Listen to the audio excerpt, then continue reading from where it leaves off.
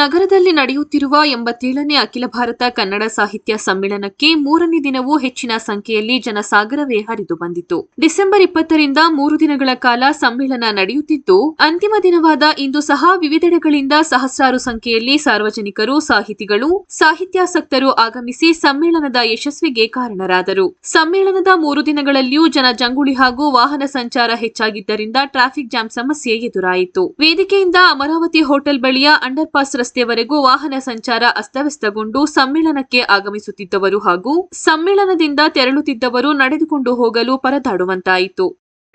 ಗೋವಾ ಇರಬಹುದು, ಆಂಧ್ರ ಪ್ರದೇಶದ ಏನು ಮಕ್ಕಳಿಗೆ ಮತ್ತು ಅಲ್ಲಿಯ ಕನ್ನಡಿಗರಿಗೆ ಬಹಳಷ್ಟು ತೊಂದರೆ ಇರುವುದರಿಂದ ಕೆಲವೊಂದು ರಾಜ್ಯಗಳ ಪ್ರಮುಖ ವಿಷಯವನ್ನ ನಾನಿಲ್ಲಿ ಪ್ರಸ್ತಾಪ ಮಾಡ್ತಾ ಇದ್ದೇನೆ.